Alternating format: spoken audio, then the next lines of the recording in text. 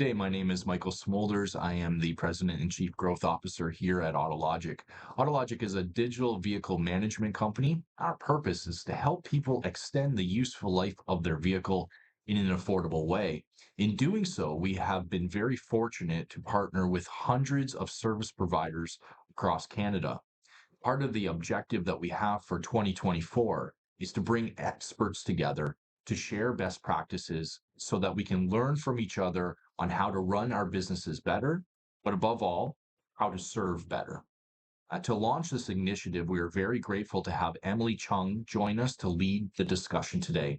Emily is a licensed technician. She's a business owner. She's an instructor at Georgian College. And above all, she is a great person whose principles and values align well with Autologic. Take it away, Emily.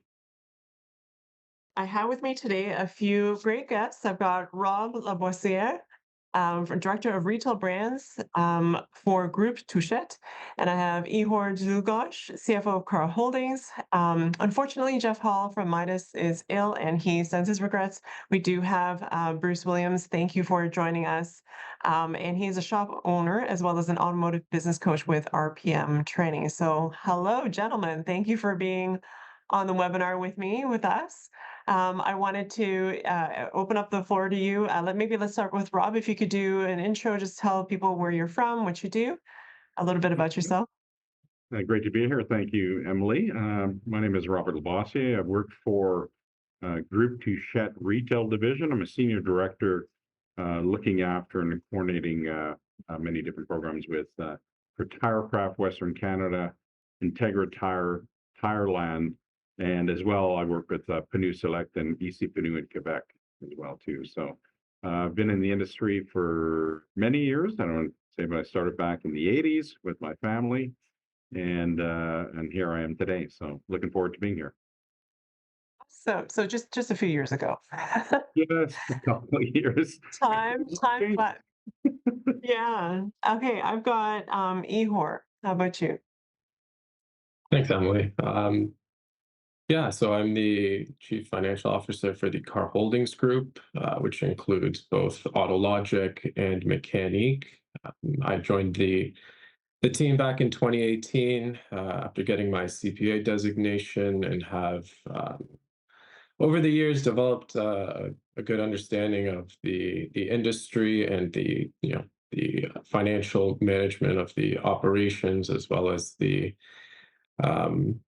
both on the shop side as well as the automotive repair loans side of the business as well. So I'm excited to be here and connect with everyone on the call. Well, welcome to the call.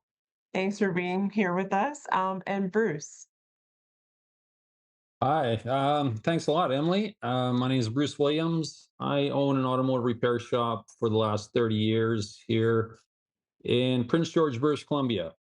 And I also now am a trainer for RPM Training for Murray Voth. And yeah, I run my own mastermind with that program. A really good group of guys that we're here to try to level up the industry and bring some value to everybody.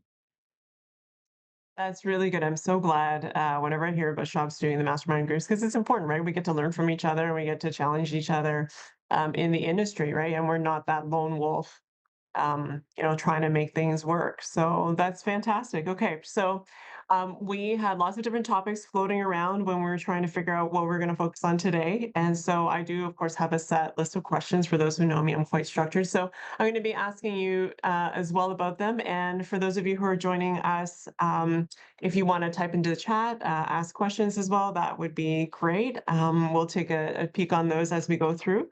But I wanted to get a sense for what you guys thought about in terms of the overall, state of the industry, how things are going.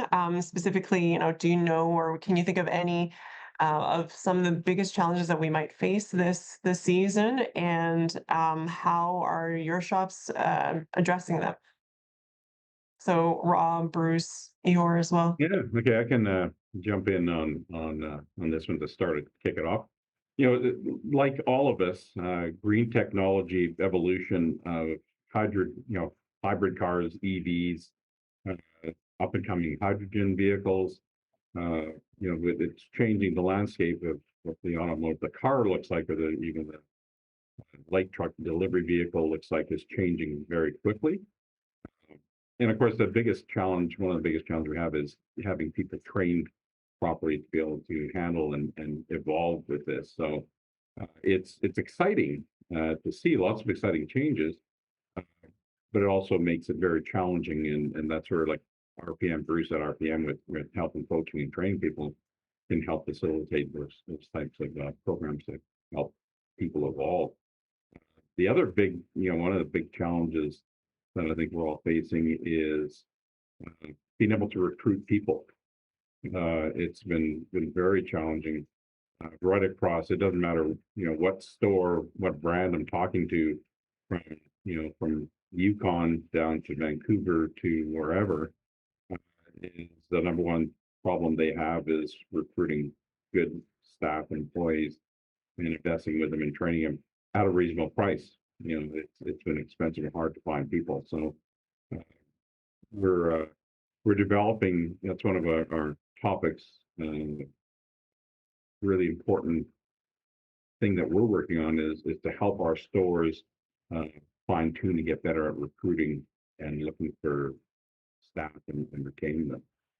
So that's a couple of challenges. Tires are an automotive repair with ADAS and with the computerization of vehicles. Uh, Same thing. It's just the landscape is changing from what it was 20 years ago.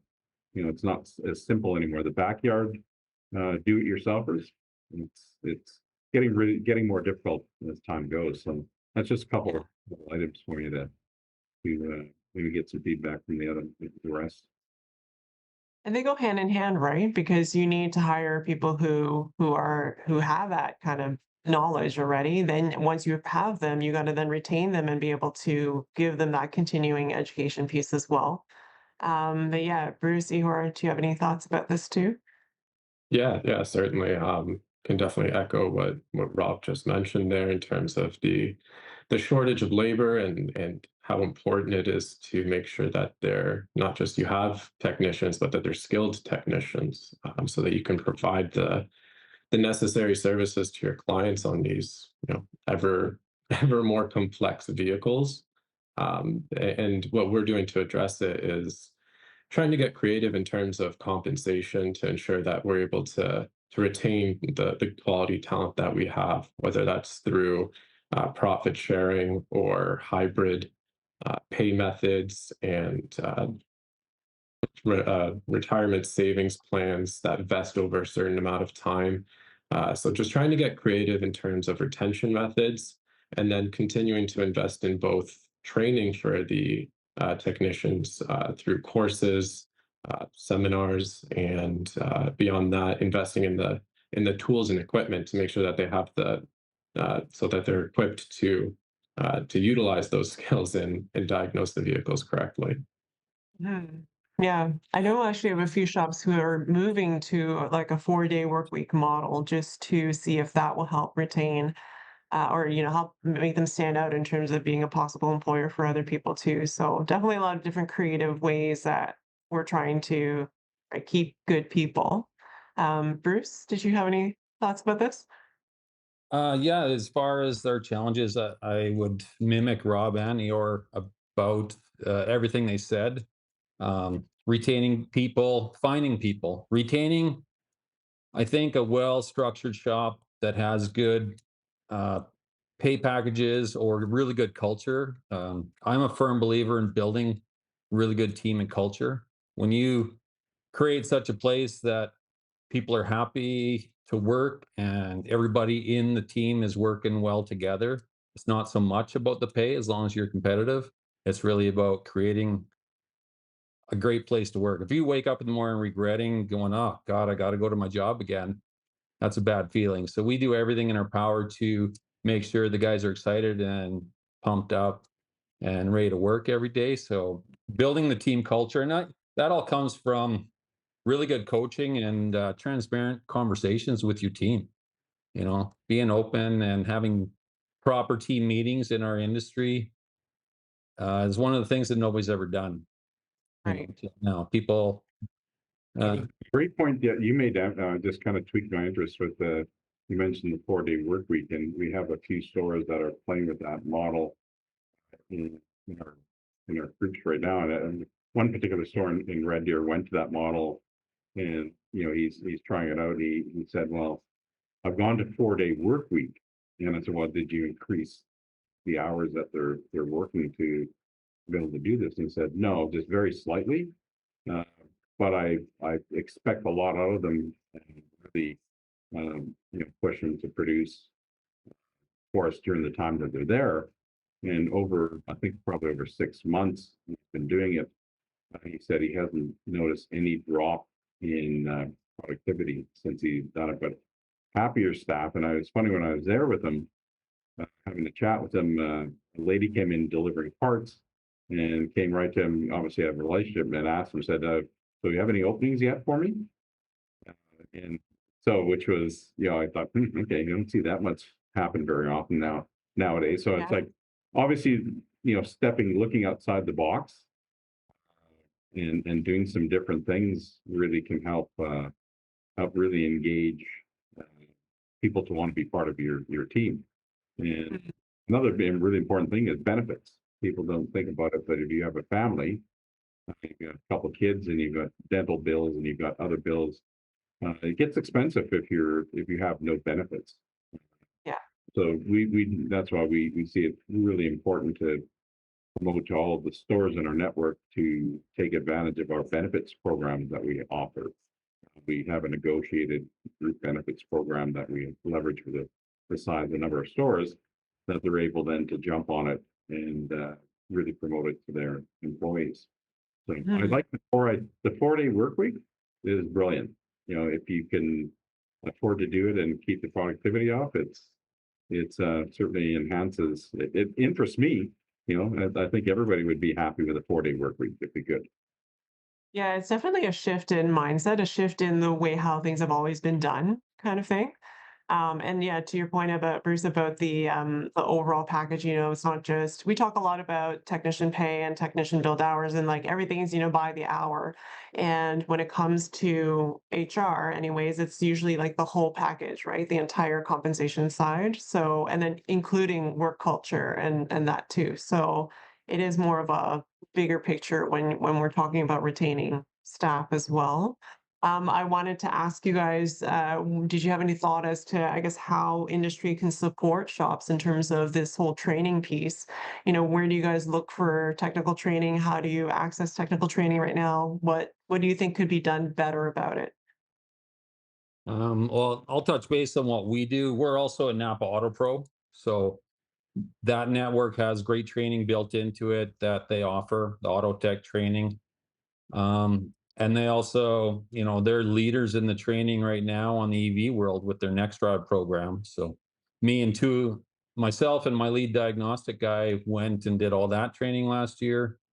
At least they offered it. And yeah, it's not cheap, but you have to factor that into your overall final price to the customer, because we have to, like Rob was saying, benefit packages, maybe 4-day work week. We're maybe going to lose some. We've got to create um, a charge for our clients that encompasses all that as well, that Mhm. we're comfortable with, they're comfortable with. We're a big proponent here of everybody has to win. Ultimately the customer has to win first and foremost. We really work on building the ultimate customer experience, and then the company has to win and the team has to win. If those three Mhm. people don't win in any of our processes, we don't move forward. Right. So, and that's training. Are we going to invest in this? I remember when fuel injection first came out in our industry, there was people scared to death of it, and there's still people that don't touch it, and those shops are all closing now. So if you're not going to invest in your team and invest in the future, eventually you're just going to fade away. Yeah.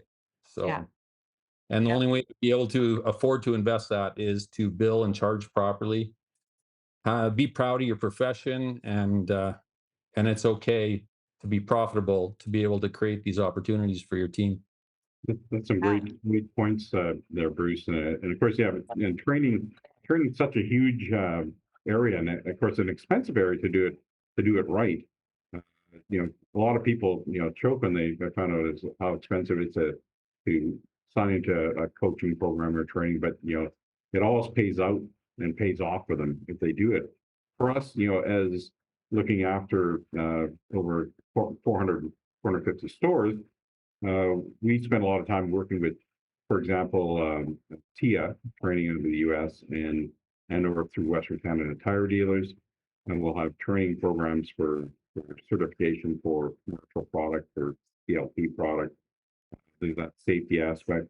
We do a lot of things with our annual general meetings. We stress we put on training programs. For example, last year we did one on ADAS with as done by provided the resources for us through NAPA, which was really terrific. And for anybody who knows a little bit about it, but they need to know a lot more about it. They're great opportunities at these meetings, annual general meetings, for that type of training to happen and invest into the technology they need. The other big one that we do is we've been doing it for about 7 years now with because it was originally called the DSP 20 training group. I'm not sure if any of you have heard about this, but it's a training group model based out of there's the Bridgestone Retail Network out of the U.S. Where they had financial training for stores. So we would hire these people 2 to 3 times a year to come up and put on seminars, 2 to 3 day seminars on financial training, and so it helped that individual owner fine tune their business to increase their net bottom line revenue. And over the years, we've seen really tremendous. When I talk to some store owners, and they're like, "Wow, I'm netting 10%, but now I'm up over 15," and it's just by some of the tricks and things that I've learned through the training. So, really, it's such an important part of. There's so many different parts of the business that need that help. Yeah. It sounds like, at least from what you guys have said so far, that, you really do need to take advantage of opportunities being with other, like just even through your buying network, right? Seeing what kind of training they have available and actually taking advantage of it too. And, looking out for those opportunities because it's very challenging to try to figure it all out on your own, right? And so, definitely take it, like you guys said, Napa, but some of the other jobbers too would have their own training and taking advantage of those too. Bruce, you mentioned about pricing, that totally lovely, segue into the next question I had for you guys, which is about shop hours adjusting their labor rates and keeping track of margins. So do you guys have any thoughts or opinions about how you determine like when an increase is the right thing to do? You alluded to, charging the right price for certain things. But a few questions to that is, how often should we be adjusting these rates? How do you determine that an increase is needed? And do you have any suggestions for actually doing the rollout of this? Yeah. As far as adjusting our rates, we look at a few factors. Obviously our local demographic, what's happening in our economy locally in our town. And I always work things completely backwards. I add up all my expenses, everything we need to do for our plan for 2024. It's going to cost X. Will our rates cover all the expenses at our profit margin we want?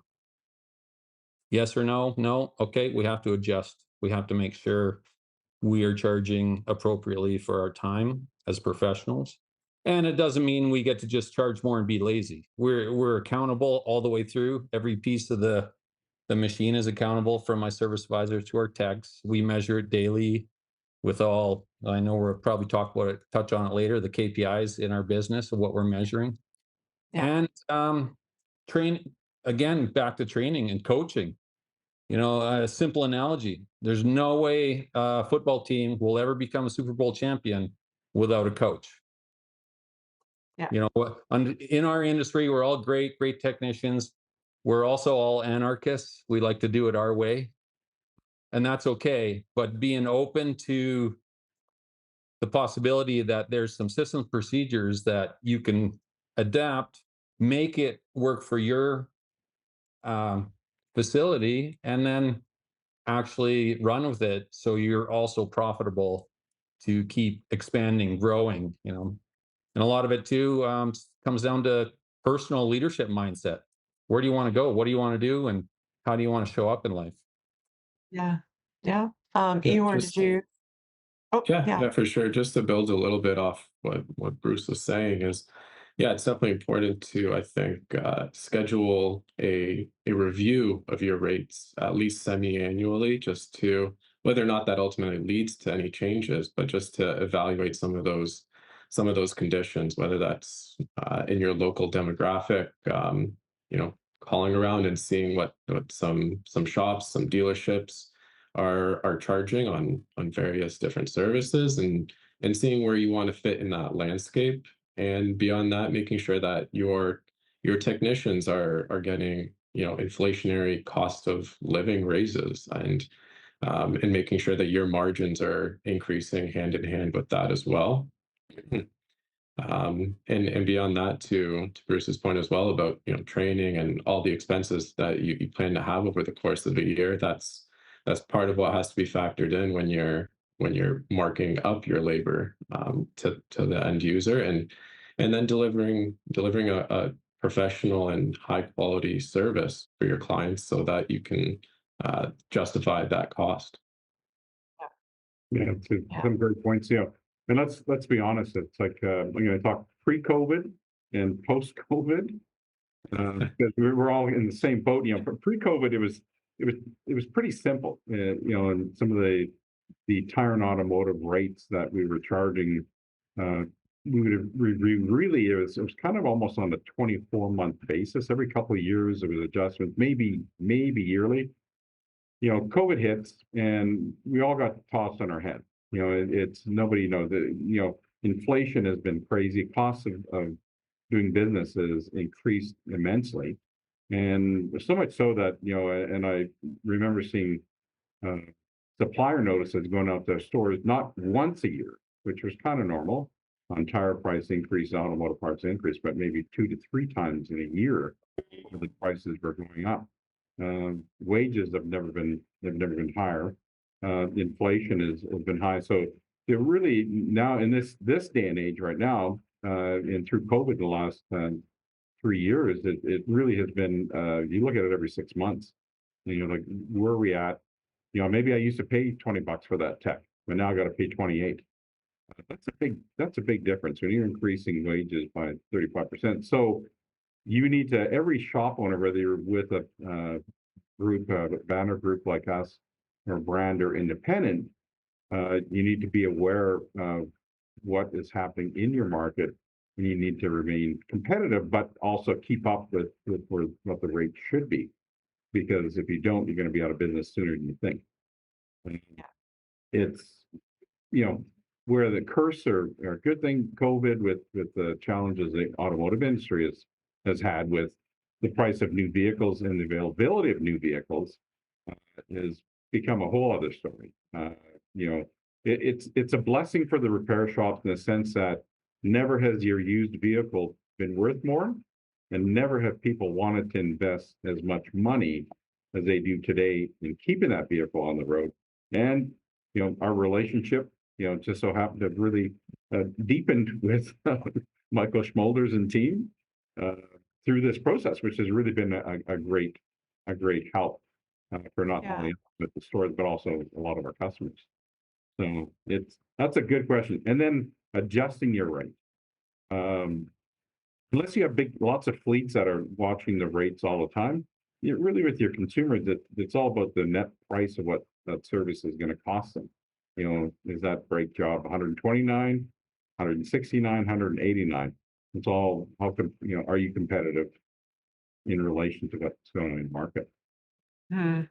We definitely, I'm sure you guys do this too at my shop. We have multiple lines of labor rates, right? So we have, the general repair, and then we have like an EV rate. We have a separate one for that. We have a separate diagnostic rate as well. So we're starting to split our rates as well, just because with the EV rate that we have to capture the training, the tools, and all of that into that rate too. So that's for my end what I've seen different in the industry since when I first started.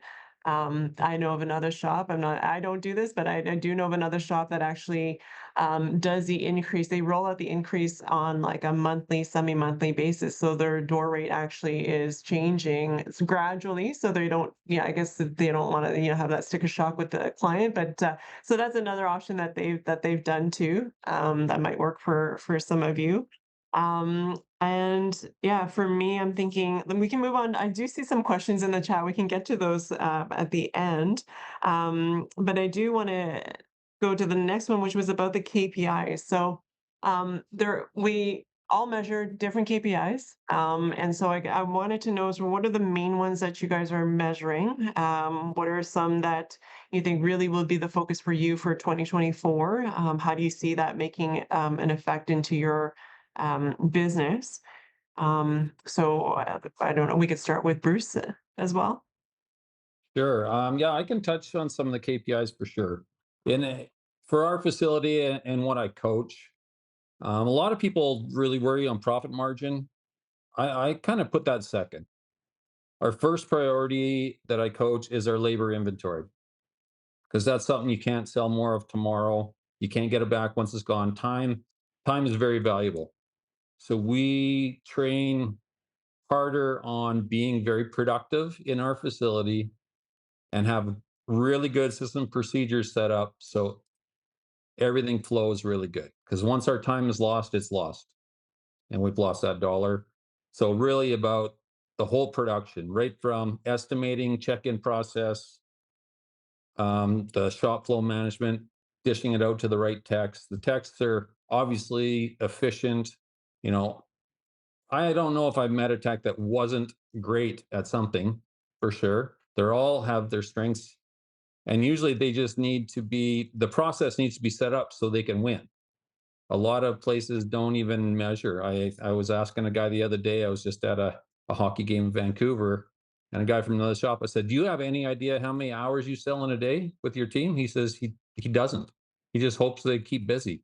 I'm like, wow, that's not much of a plan, and he's fairly successful, but I think he could be so much more successful just by dialing in some SOPs and setting some KPIs. So we obviously track our tech efficiency daily in our daily meetings, productivity for the shop, how many sold hours for the day, etc. And then we dial in, of course, on our parts profit margins and separate it out: tires, engine, transmission type of big work, diagnostic rates. We check that.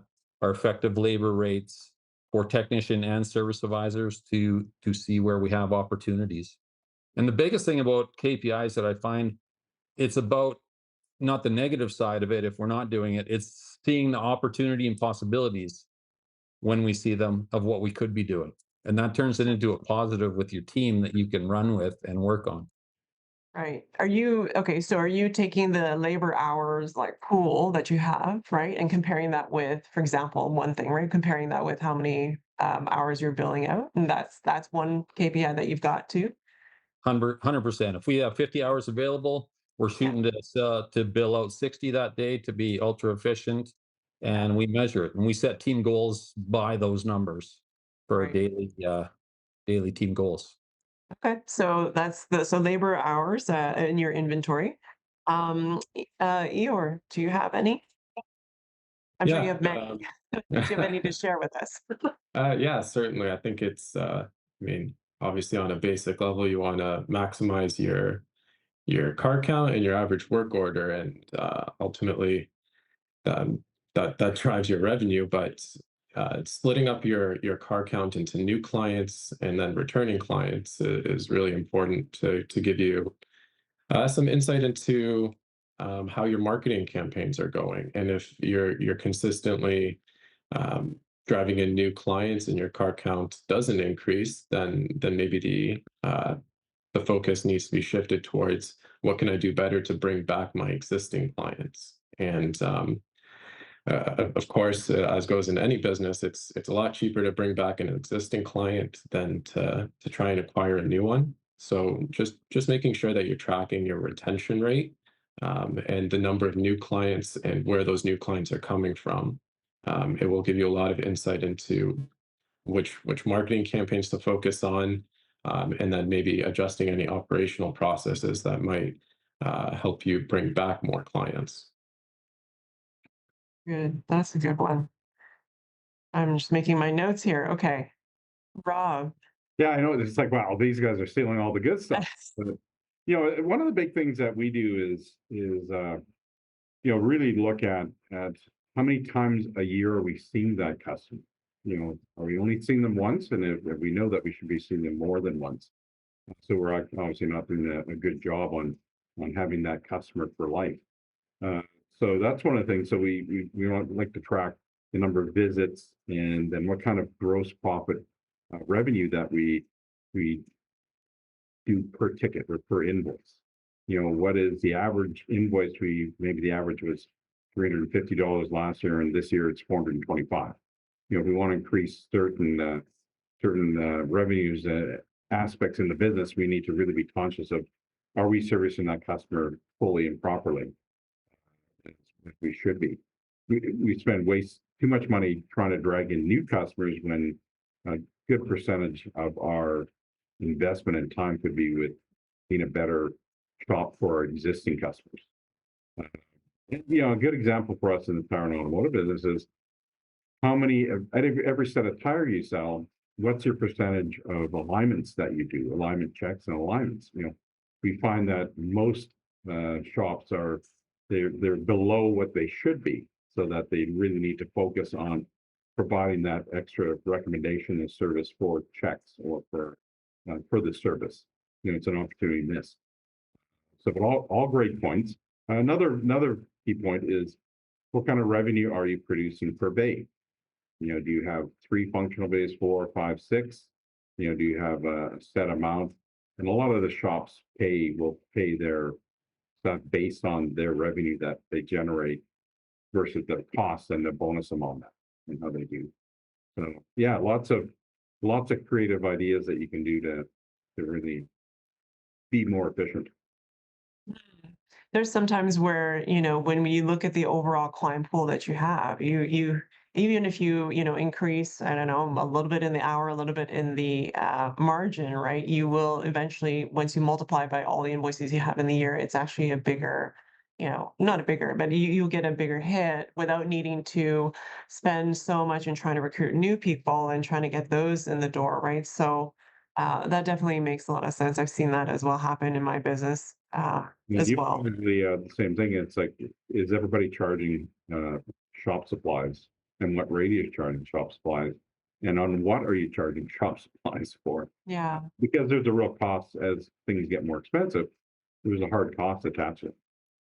Yeah. And other idea, like we also track, what are they doing with their warranties? Like, we have a really good comprehensive tire warranty that we most stores, a lot of stores will sell to their customers. And really, it's like a loyalty program. Good way to get them to come back for a free rotation or a Yeah. balance. Yeah. So opportunity missed if they don't do it. Yeah. I feel like all of these questions could probably be its own, webinar as well. So I don't know. I don't know who's in the back end of AutoLogic if they're taking notes, but anyway, it's recorded. So, but I definitely think that we could. Anything go by. Right. So yeah, because lots of good follow-up stuff. Like, I'm thinking even at our shop, we have a program, back to what you were saying about the loyalty side. We've created a program where it's a lifetime maintenance package. And so they pay one price. And, obviously it's a factor of how much their oil changes cost that we do. So, but with the intention that, we really want to be able to maintain these cars with them. And let's be honest, an oil change really isn't going to do it for us, right? And nowadays. So, that's something that we've tried in our business, and our average tickets on those are quite good too. So again, it's just about being creative and seeing what you can do to drive that loyalty back, right? And another really good point. I know that is not a lot of our stores are doing it, but there's some that are doing it where, what are you doing to market yourself in your downtime? Are you contacting your customers maybe in your a little bit slower times, where it's say, hey, look, we talked to you 2 months ago about that brake job. Have you done anything with it? And do you follow up falls with that. It's almost a even an automated system, but a system that you can be consistent with, because we all struggle with when you hit spring season, you hit fall season, that all goes out the window if you don't have something in place to keep you on track for doing that. So really a good place to focus on increasing your consumer interactions Yeah. and having a great follow-up program. Yeah. I don't know about the rest of you. Maybe you guys can comment. But for me, a lot of the challenge during the whole COVID season was this whole contactless thing. People were not, they didn't want to come in, right? They want to do everything um, I don't know, online, and it is another opportunity for us to figure out how we're going to keep that relationship and keep that rapport without if we're not actually going to see them, right? So, in one of my mastermind groups, another shop I know, they send nothing texts, which is basically we communicate a lot with our clients during the service, right? They come in for the cars, we do the inspection, and there's a lot of frenzy and contact time in there. But then in between, when we don't see them for the how many months, his shop sends out these what they call nothing texts, which is just simply like they'll comment about something timely. So, for example, well, so we did one recently. There was a storm in Ontario a few weeks ago, and so we sent out a text of just hey, like we know you guys are aware of the weather alert. Just drive safe and remember,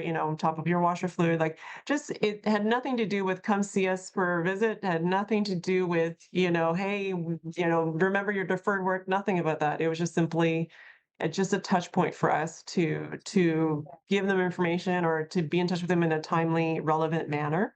But this shop that I know of, they do that on a regular basis. So that's another way that you can keep in touch with your clients in between the services, just so that you stay top of mind as well. So um, I had a question about tires. This interests me because this is an area that definitely my shop can improve on.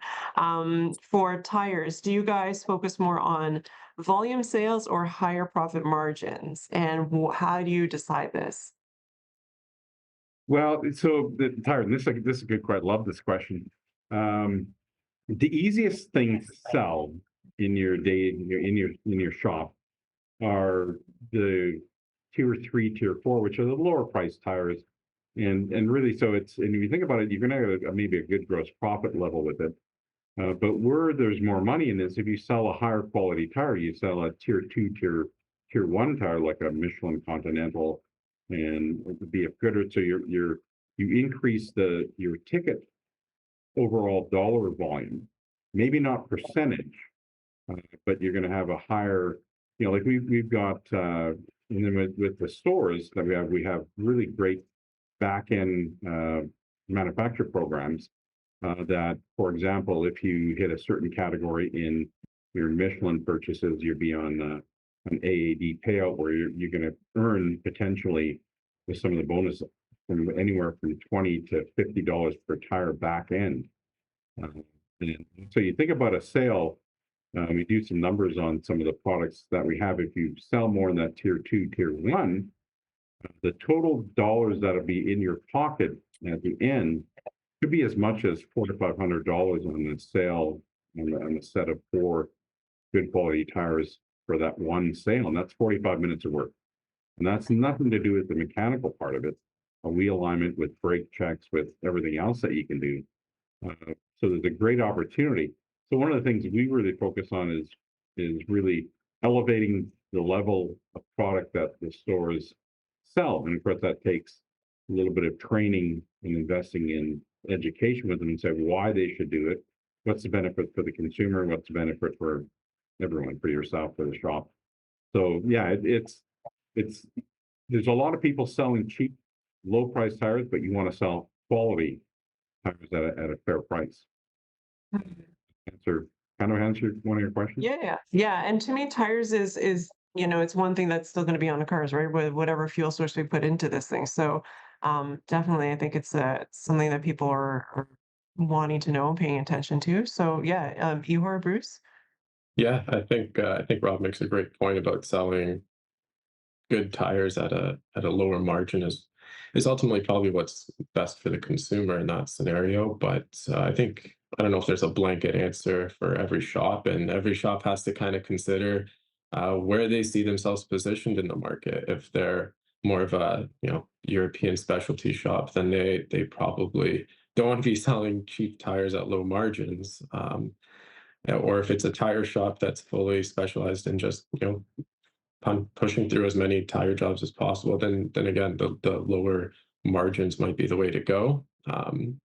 But again, that depends shop to shop. And beyond that, I would say you have to consider your capacity as well.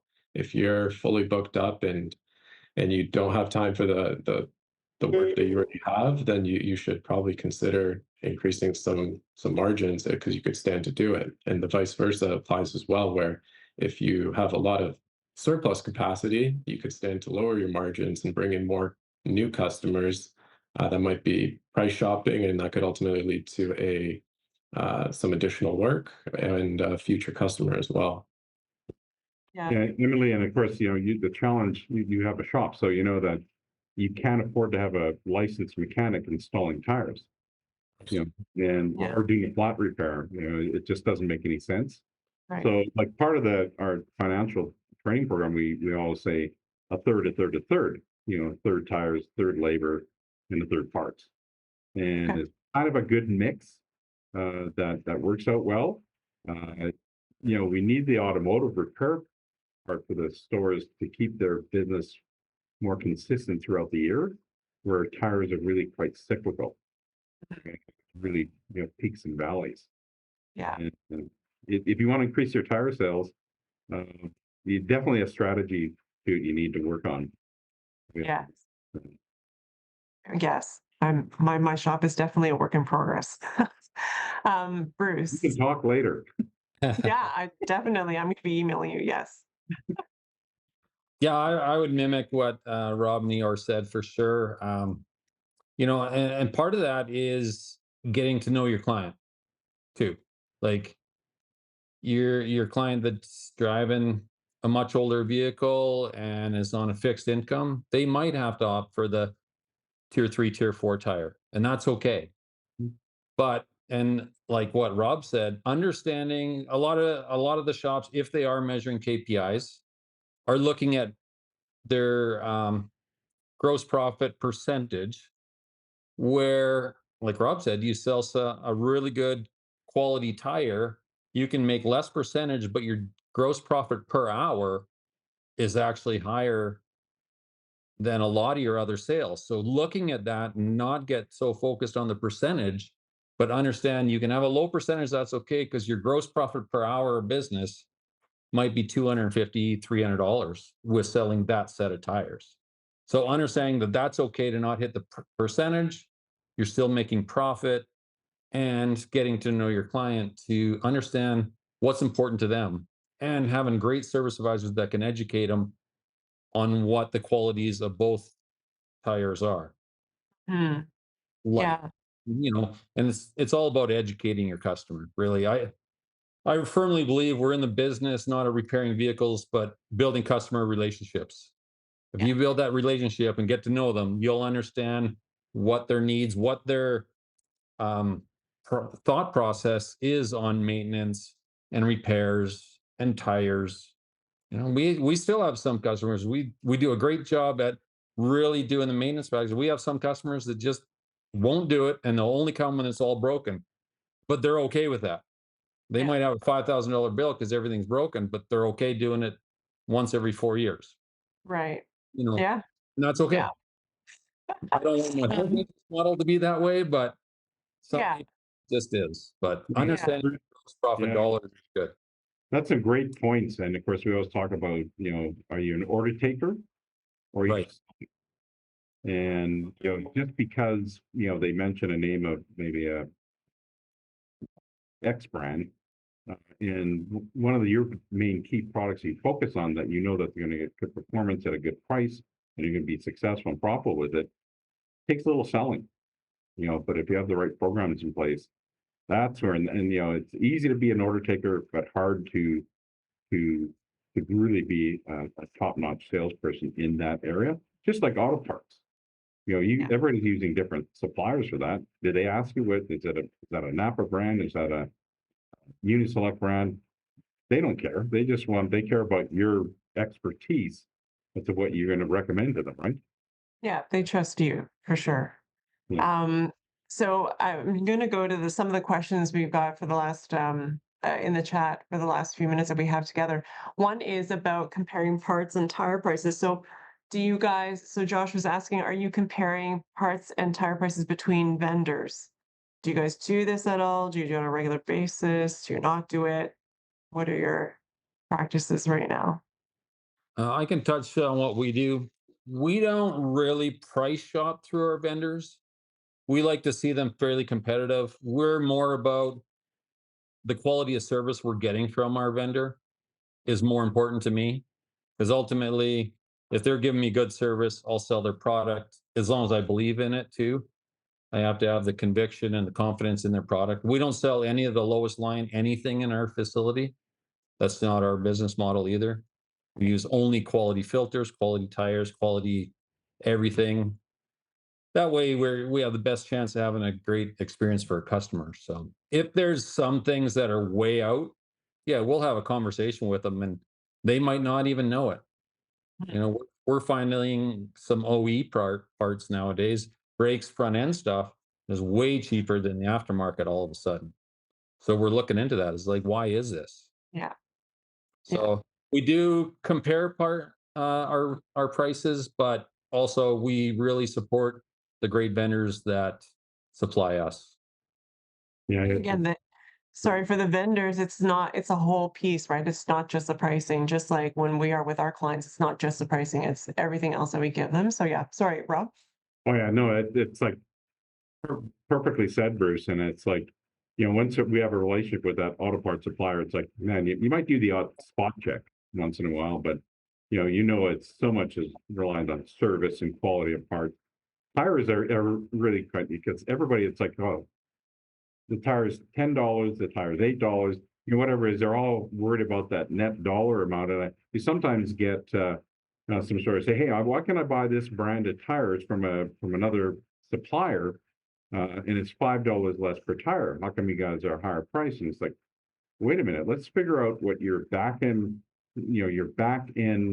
programs like your supplier support programs, volume bonuses, all the special programs we have where you're going to make $25 to $30 a tire back end. In the back end part of the tire part world is really important because so many people sell tires based off their costs. The back end stuff your counter staff won't see. They may be really proud of themselves. Oh, I bought that X brand of tire for $5 less. And I've had managers say, look at the staff and say, well, look, you just cost me $25 on that tire for my back end programs. So it's all relative. If you're 2 or 3 a percentage out, 2% out, 1%, you're within that very close. It doesn't matter. It matters more what your relationship is and what the kind of the partner programs you have with your supplier. So it's really important, and that's a part that we have to educate our partners with on a regular basis. Say, don't forget those rebate programs, those we call them top hat programs, where you're getting extra money for being partnered with us. Yeah. Yeah. Not too much more to add to what Bruce and Rob said. They covered a lot of it, but yeah, it comes down to establishing that relationship with the supplier and to Rob's point, making sure you communicate to all the front counter staff that those volume rebates exist, and whether a dollar here or a dollar there, ultimately you'll come out ahead if you stick with your main supplier and purchase the majority of your products through them, whether it's tires or parts, and communicating if there's any issues, because they want to work on that relationship as well and ensure that they're delivering you a quality product. Yeah. The other thing I will say is that it's been beneficial for me anyways to be part of like a mastermind or performance group, because we do spot check tires, once every twice a year. Like it's not often at all, but we do a Google sheet and we put in the VIN of a vehicle and then we just put a few parts in just to see if all of us are getting competitive pricing, right? Not exactly the same, but just that we're all kind of in that ballpark. So that's one way that our shop might compare the parts, but we really don't do it actively, that often. And so I've got a couple more questions in the chat that I wanted to see if we could answer. One of them is, what are the financial concerns with shortening your work week by 20%? Um, do you guys have any thoughts on this? That's Again, a great, go go ahead, ahead. Bruce. I would jump in because we're actually looking at that same going to a 4-day work week. The staff is super excited if we could figure out to make it work for them and our customers at the same time. You know, sure you can turn into a 4-day work week, but 4 10s still is 40 hours. So if you can do 4 10s, your staff won't get burnt out if they can do it and not get burnt out and sell that 40 hours and have a 3-day weekend. It seems like it's a win-win. The only one that might lose is the clients that are trying to get in. But I have this conversation with a lot of people. It's like, why aren't you open Saturdays? It's like, well, because my team would actually like a day off. Well, that's the only day I can get in because it's my day off. I'm like, you value your time and your day off, so does my team. So, and when you don't bend and you stick to it, they end up managing to get the car in, and we help them every bit we can. It's like we'll offer pickup, delivery, a ride, whatever you need to make it as painless as possible. So let us know, we'll make it happen. Making it happen Monday to Thursday might just be a great solution. But yeah, I don't think there's going to be a financial concern with dropping 20%, providing you set it up properly. To your point about that burnout, I think that might be the biggest concern I would think of. And interestingly enough, my shop is open Tuesday to Saturday, so we're actually closed Sundays, Mondays, and that's been since day one. But we just kind of trained our clients, and it's funny when I first did that, people were telling me, "Oh, but you get a lot of cars that break down over the weekend," and I'm thinking, "But the cars don't know if it's Monday." Like, so it is just training our clients, and so I don't know. It's worked for 15 years. I don't know, but. I had also considered before, the 4-day work week. So yeah, Rob, any thoughts about that? Yeah, I'll jump in. Yeah, talk about, tracking your KPIs. If you're going to play around and change your, really your staff to have a 4-day, maybe it's every second Friday they have off, or, they have a 4-day work week every second week. When I talk to the stores about it and say, okay, you got to track what your revenue is you're producing per day per employee, and then you can't afford to drop. And same thing with Saturdays. How are you going to manage your staff if they're going to be open Saturdays? And for us, it's a really it's a more pertinent question than just automotive repair in a sense when it comes to tires. We got the spring rush, we got the fall rush, and when the time to go, you look at the tire business, you can make half your revenue in 2.5, 3 months in the fall of your yearly revenue. So Mhm. think about these things. I like in this world that we're really short of staff and trying to attract people, that there's a lot of people that would be attracted to every second Friday off, or if you had a 4-day work week and they're working extra hours, that may work for them as well too. Uh, it's just about, if you're going to try it, uh, be really aware of your numbers and your KPIs, and then track it close. And then you got to have your buy-in with your staff. And, with one gentleman in Red Deer I was talking about, he basically sat down with his staff and said, "Look, we can't drop our revenue by cutting our hours back, or cutting your, down to a 4-day work week. We need to maintain the same." And so they're all engaged with the process. Get for it, I think you could do it. Igor? Yeah, I'd be interested in seeing some case studies of the 4-day work week at other shops that have rolled it out. But I do agree with Rob and Bruce that you would definitely have to have significant buy-in from your staff and commitment to ensure that uh, everyone's on the same page between the employees, the business, and that it's okay with your customers as well, just to ensure that there is no drop off. But it's not something that's on our radar at the moment, but definitely something to consider in the competitive labor landscape. If you can do it where you can rotate the shift and still be 5 days, and I can understand there's a little bit less angst maybe about that. For some of the shops that I know of that have switched over, it helps that they're in the US, their state actually is 4 day week as well, the entire state. So like the education system is 4 day work week too. So that, helps in that case. But when they did the switch, they did keep the phones open. So even though the shop was closed, on the Friday, the shop owner is still answering calls, and so there wasn't a complete void, right, for the client. So when they did that transition through, so definitely many ways to, look at it and implement it, if that's something that your shop is thinking about doing too.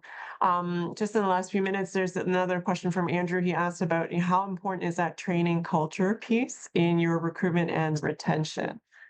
So we talked a little bit about that before at the beginning of the call, but is that something that when you're doing the interview, when you're putting the job posting out, is that something you really highlight at the early stages too? Yeah, Emily, I know we do for sure. When I do an interview process of a new hire, I make sure they understand how much we'll support them in their journey to become a great technician or great service advisor or whatever the role is, because we definitely want them to feel like part of our family and that they're supported and we're going to train. We do expect them to train, but also that we're going to take care of them and help level them up, which is going to help level the company up, which is going to create a better product for our client.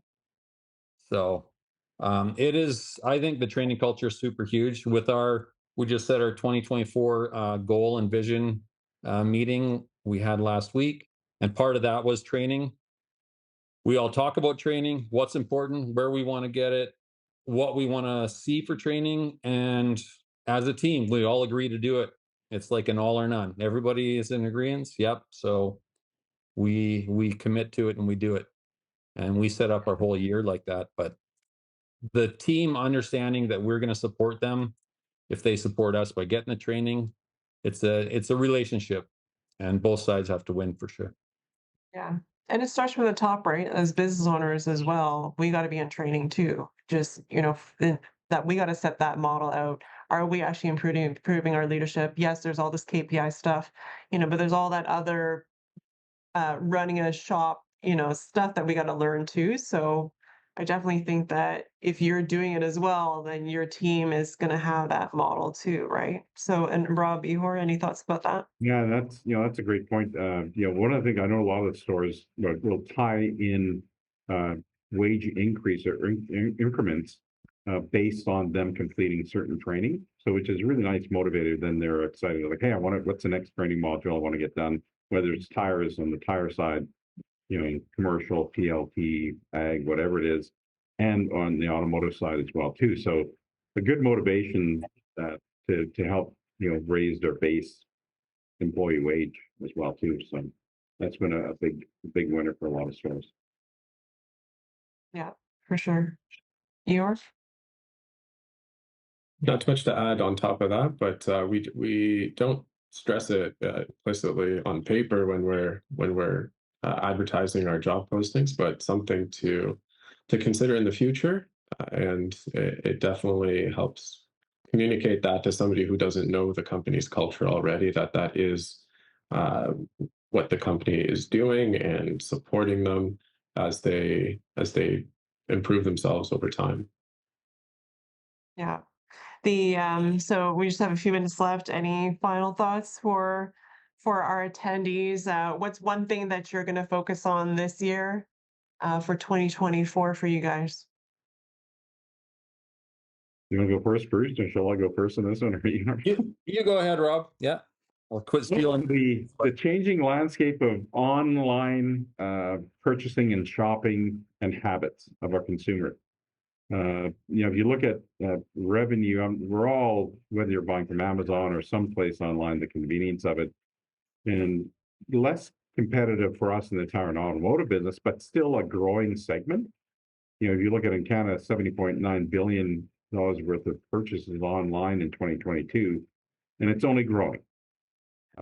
So one of the key things that we are focusing on is is really being able to communicate with those consumers online and also capture some of those online sales that the consumers are looking for. And even beyond that, it's just the consumers are smarter these days, so they're gonna shop online for information to help validate their decision. So, for us, that's when we have so many stores in our network, and they're all really good at operating their location and store, but we have a team of people that are professionals into figuring out the best approach to talk to consumers online. To be able to uh, give our stores the best opportunity and give them the best technology to be successful. Yep, that's a good one. Yeah. Or Brandon? Yeah, for us, it's just to continue providing a high level and professional service and serving our clients the way they want to be served, whether that's with a shuttle vehicle or digitally, like Rob mentioned, or whether it's providing them with solutions for payments, like the Autologic's EMP, in order to make sure that they have what they need in order to keep their car on the road longer and continue to be a happy client. Yeah. Excellent. Bruce. One of our big changes where we've been set for our target this year was really to be a lot more community focused intentionally with our marketing and our involvement. We're usually pretty strong in that area anyway. But when the community knows how much you're supporting them, they will 100% support you back. So we're really, really community minded with our marketing and our involvement.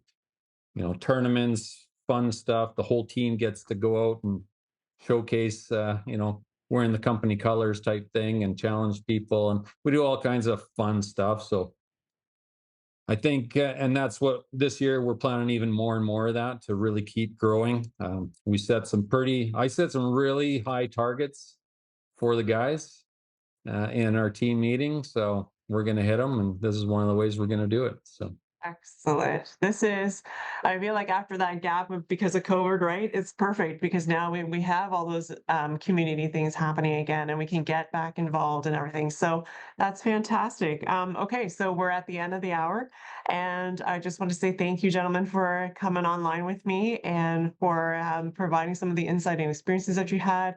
For everybody who's still on the call with us, thank you so much for attending. I know that AutoLogiq is planning to do some of these live events, I think on a monthly basis. So keep an eye out in your email for the next one. And certainly today, I think we did have a bit of a starter into multiple topics that we could go into. So Bruce, I know somebody's asked for your contact info, but if you guys have any feedback, definitely get in touch with AutoLogiq and I will see you guys, I don't know, sometime in the industry. This is a small industry. So have a good rest of your afternoon, everybody. Thank you, Emily. Thank you very much, Emily. Thanks, everyone. Take care.